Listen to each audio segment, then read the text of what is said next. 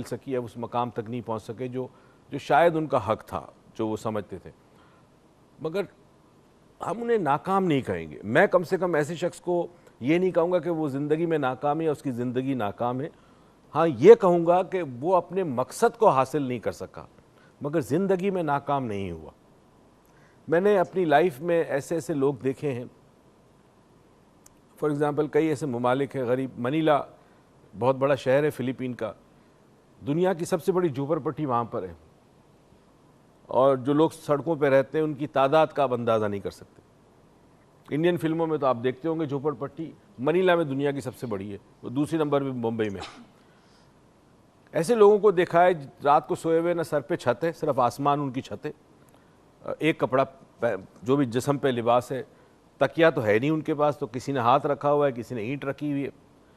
मगर मैंने उनको इतने सुकून से सोते देखा है, क्योंकि उसे शायद इस बात की फिक्र नहीं कि मेरे पास कुछ है जो चुरा के ले जाएगा, कोई कुछ नहीं है मेरे पास जो कोई ले जाएगा। तो उसकी नींद ही कुछ और है। मतलब हम चलते हुए रास्ते में, कई दफ़ा मैं गया हूँ मनीला, तो चलते हुए रास्ते में गलती से आपको नज़र भी नहीं आते अंधेरे में, तो आपका पैर लगता है उनको, तो आप माफ़ी मांगते हो, एक्सक्यूज़ मी, सॉरी। उसको होश भी नहीं होता उस शख्स को, वो इतना धुन है, इतना मगन है, इतनी गहराई में है। और कई दफ़ा इतने नरम बिस्तर, एसी के रूम, हर चीज़ मौजूद है, रात को नींद नहीं आती, उसके लिए नींद की दवाइयाँ लेनी पड़ती हैं।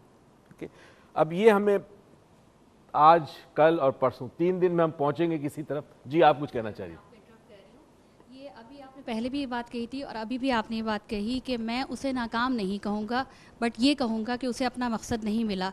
तो आप ये डिफरेंस जो है इसको कुछ डिफाइन करेंगे? ये वेडनेसडे, ये सम ऑफ वेडनेसडे होता है। क्योंकि अगर उसने मकसद में कामयाबी हासिल नहीं की, इट मीन्स कि वो सक्सेसफुल नहीं है। वो सक्सेसफुल नहीं है। जिंदगी और वो अलग अलग चीज़ें, ये मैं वेडनेसडे डिफाइन करूँगा। मगर आप लोगों की ये जो शमूलियत है ना इसमें, फ़ोन कॉल्स के ज़रिए, और मंडे को आप लोग आते हैं एज हमारे ऑडियंस और गेस्ट आते हैं, इससे होता ही है कि किसी भी मौजू में हमें बहुत सारे रंग मिल जाते हैं, पॉइंट्स मिल जाते हैं, बहुत सारे उसके डायरेक्शंस मिल जाते हैं। हो सकता है मेरी कोई बात आपको लगे, क्योंकि आपको लगा कि मोई साहब मेरी तरह सोचते हैं, आपकी कोई बात इनको अच्छी लगे कि ये भी मेरी तरह सोचती हैं, तो बहुत सारे जाविये मिलते हैं, बहुत सारी खिड़कियाँ खुलती है, दरवाजे खुलते हैं। तो कई दफ़ा ये होता है कि किसी की कोई बात हमारे दिल को लगती है, हमारा जहन उसको कबूल करता है। तो अगर वक्ती तौर पर अगर हम स्टक पोजीशन में कहीं फंसे हुए, इन्होंने जैसे कहा कि माहौल देखकर इनको बड़ा डिप्रेशन होता है, हमारे नौजवान बीबीए कर रहे हैं, इनको ये फ़िक्र है कि आगे जाने के बाद क्या होगा, मेरे वालिदैन ने पैसा भी खर्च किया है, बड़ी मेहनत की है, मैंने भी की है। तो ये जो स्टक पोजीशन में इंसान होता है वो निकल जाता है बाज़ दफ़ा। तो हमारे कॉलर्स की बाज़ दफ़ा इतनी अच्छी बातें होती है, इतना अच्छा पॉइंट दे जाता है कॉलर हमारा, कि जो दूसरे हमारी सुन रहे होते हैं लोग, इस प्रोग्राम को देख रहे होते हैं, उनके जहन में जैसे एक बल्ब ठक से रोशन हुआ, एक सोच आ गई, ख्याल आ गया, और बस वही ज़िंदगी में बाज़ दफ़ा टर्निंग पॉइंट होता है, इंसान को एकदम से बदल देता है। हमारी कोशिश ये कि आप लोगों को शामिल करते हैं इसी वजह से। तो वो जो आप कह रही हैं वो हम कल लेके जाएंगे इसको, मौजू को, कल का प्रोग्राम मत छोड़िएगा, और फिर वेडनेसडे को हम इसको सम अप करेंगे। मगर हमारी राय कंक्लूसिव नहीं होनी चाहिए, ना होती है कभी।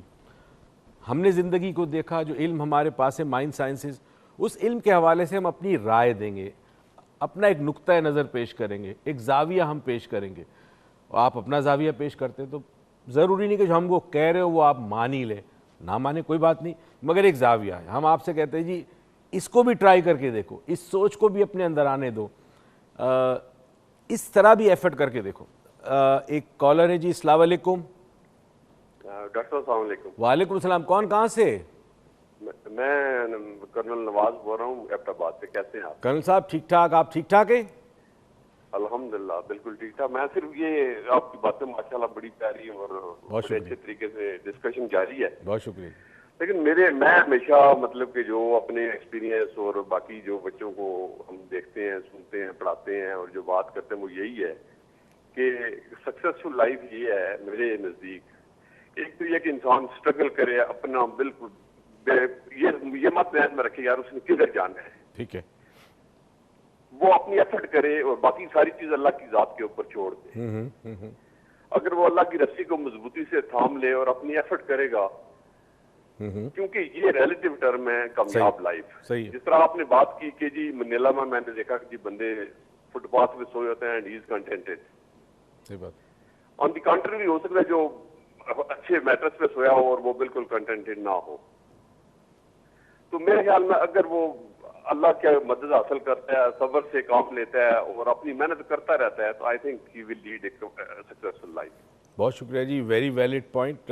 अगेन बड़ा कॉमन था, कई लोगों ने इस पर। आप कुछ कहना चाहती, फिर हम वाइंड अप करेंगे जी। मैं ये कहना चाह रही थी कि कामयाब ज़िंदगी जैसे है तो ये दो जिंदगियां होती हैं, एक ये इस दुनिया की ज़िंदगी और एक आखिरत की वाह, ज़िंदगी। इन्होंने एक और रुख पेश किया जिस पे अभी तक हमने बात नहीं की। एक्सेलेंट। तो दुनिया की ज़िंदगी तो यही है कि इंसान सेहतमंद रहे और दौलत हो और हर चीज़ मिल जाए, और आखिरत की ज़िंदगी जो है वो उसमें वो हमेशा के लिए इंसान को वहाँ रहना है और इंसान की ख्वाहिश ये होती है कि वो जन्नत मिल जाए। चले कथा कलामी माफ, मुझे कहा जा रहा है टाइम कम हो गया, मगर कल जो है वो इस मौजू को जब आप टीवी देखेंगे 9 बजे तो मैं इसी को आगे लेके चलूँगा। कल दोनों डिफाइन करके परसों हम कंक्लूजन पर पहुँचेंगे। बहुत बहुत शुक्रिया आप सबके आने का। Thank you very much all of you. मुझे कहा जाता है यहाँ पे कि जी टाइम हो गया, तो आई एम सॉरी, मैं क्या करूँ। दिल तो चाहता है कि आप बातें करते रहे, मैं सुनता रहूँ, क्योंकि मैं वैसे ही मैं बहुत ज़्यादा बातें करता हूँ, लोग मुझे सुनते हैं, तो कभी मुझे भी शौक़ होता है कि मैं भी सुनूँ। नाज़रीन, मुख्तलिफ़ ज़ाविये, मुख्तलिफ़ अंदाज़, जहन, मुख्तलिफ़ व्यूज़, परसेप्शंस, माइंडसेट्स, कई चीज़ें हमने डिस्कस की कि आखिर एक कामयाब ज़िंदगी कहते किसे हैं, और हर एक का अपना अपना परसेप्शन है और हर कोई अपने परसेप्शन में बिल्कुल सही है। अब यह है कि हमारा ज़ाविया बाज़ दफ़ा दूसरों से मुख्तलिफ हो सकता है, आपका किसी और से मुख्तलिफ हो सकता है। एक छोटी सी आज एक कहानी थी जिस पे एक पॉइंट था जो बताना चाह रहा था, और वो पॉइंट शायद आपको समझ में आ जाए कुछ देर के बाद, जब प्रोग्राम ख़त्म हो जाए उसके बाद सोचना होता थोड़ा। एक शख्स था, ज़मीनें थी उसकी, खेती बाड़ी थी, अच्छी खासी ज़िंदगी गुजार रहा था, बड़ा सुकून में था, बीवी बच्चे सब कुछ, एवरीथिंग वाज फाइन, अच्छी खासी ज़मीन थी उसके पास, और ज़िंदगी की जो चीज़ें होती हैं ज़रूरत ज़िंदगी सब थी। उसके पास कैटल्स भी थी, उसके पास मुर्गियाँ भी थी, बान भी था, सब कुछ था, जानवर भी थे। एक चालाक आदमी जो था वो उन ज़मीनों को हथियाना चाहता था ख़रीद लूँ, मगर वो बेचने को तैयार नहीं था वो किसान।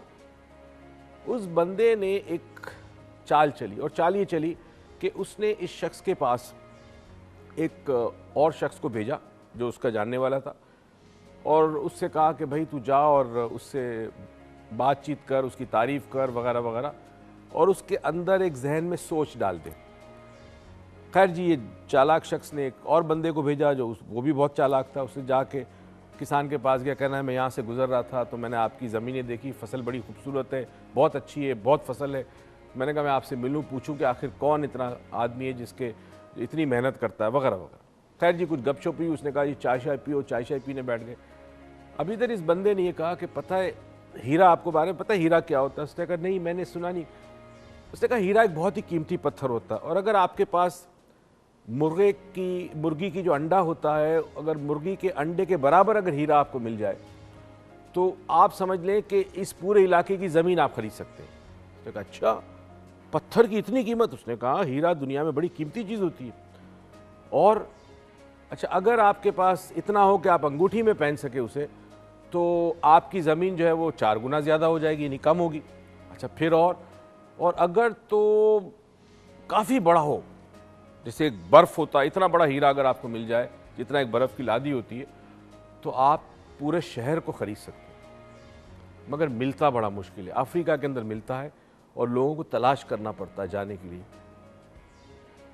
खैर ये कह के कुछ देर गपशप करके वो चला गया। अब ये किसान जो रात को सोया है, अब इसके जहन में हीरा घूम रहा है, डायमंड, कि अगर अंगूठी जितना हो तो मेरी ज़मीन से 3-4 गुना ज़मीन मिल जाएगी, अगर मुर्गी के अंडे के बराबर हो तो मैं बहुत बड़ी इलाके का मालिक बन जाऊंगा, और अगर इतना बड़ा हो जितना बर्फ़ की एक लादी होती है, सील होती है, तो फिर तो मैं पूरा शहर ख़रीद लूँगा। और इन्होंने कहा था कि अफ्रीका में जाओ, वहाँ पे लोग तलाश करने जाते हैं, तो अफ्रीका के अंदर मिलता है ये हीरा, ढूंढना पड़ेगा। खैर जी, रात भर उसकी नींद पहली दफ़ा ज़िंदगी में सो नहीं सका, क्योंकि हीरा छा गया और हीरे ने उसके हवास पे पूरा का पूरा कंट्रोल कर लिया। सुबह उठा, काम पे गया अपने खेतों में, भाई हीरा उसके पास जहन में ऐसा चिपका कि वो सोच से ही नहीं जा रहा। अब जैसे जैसे दिन गुजरते गए उसका इंटरेस्ट अपनी खेती बाड़ी में कम हो गया, बीवी बच्चों के साथ कम हो गया। आखिर एक दिन उसने अपनी बीवी बच्चों से कहा कि हम लोग ये सब बेच बाज के चलते हैं अफ्रीका, और वहाँ हम हीरे ढूंढते हैं, और अगर हमें हीरे जितने मिल गए तो हम इतने हमारे पास ज़मीन होगी तुम सोच नहीं सकती। बीवी ने समझाया कि अच्छी भली ज़िंदगी है, सब कुछ हमारे पास है, क्या ज़रूरत है हीरो की तलाश में। उसने कहा नहीं, बस हीरा मुझे लेना है किसी तरह, और हीरा किसी तरह मिल जाए मुझे। खैर जी, वो चालाक आदमी जो चाहता था वही हुआ। ये आदमी अपनी सारी ज़मीनें इसने बेची, इसी बंदे ने सारी ज़मीनें खरीदी जो खरीदना चाहता था, और ये अपनी बीवी बच्चों को लेकर अफ्रीका के सफ़र पे चला गया।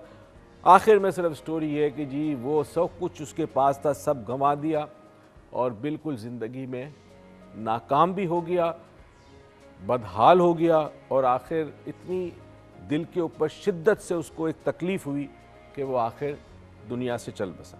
सवाल ये पैदा होता है कि वो जो ज़िंदगी वो गुजार रहा था, क्या उसमें हीरे के आने से वो ज़िंदगी मज़ीद कामयाब हो जाती, मज़ीद अच्छी हो जाती? हाँ, दौलत हो सकती थी, दौलत ज़्यादा हो सकती थी, मगर वो जो ज़िंदगी गुजार रहा था उसमें कनात थी, सेटिस्फेक्शन था, पुरसुकून ज़िंदगी गुजार रहा था। मगर एक लालच, हिर्स या किसी ऐसी शय को पाने की हवस या तमन्ना जिसका बज़ाहिर उसकी ज़िंदगी से कोई ताल्लुक़ नहीं था, उसने उससे वो सुकून और वो सक्सेस, वो कामयाबी जो ज़िंदगी में थी वो छीन ली। ज़िंदगी तो उसने बाद में गुजारी होगी जब वो अफ्रीका की और वहाँ तलाश में जब भटकता रहा, मगर वो ज़िंदगी कामयाब ज़िंदगी नहीं थी। आगे कल और परसों दोनों दिन इस मौजू पे मज़ीद गुफ्तगू करेंगे, इस दुआ और उम्मीद के साथ कि परवरदिगार आपको ज़िंदगी में बेतहाशा खुशियाँ दें, और आपको ये तौफीक दे कि खुशियाँ आप दूसरों से बाँटें, दूसरों के साथ शेयर करें, और कामयाब ज़िंदगी की तरफ गामज़न हो। पाकिस्तान पाइंदाबाद।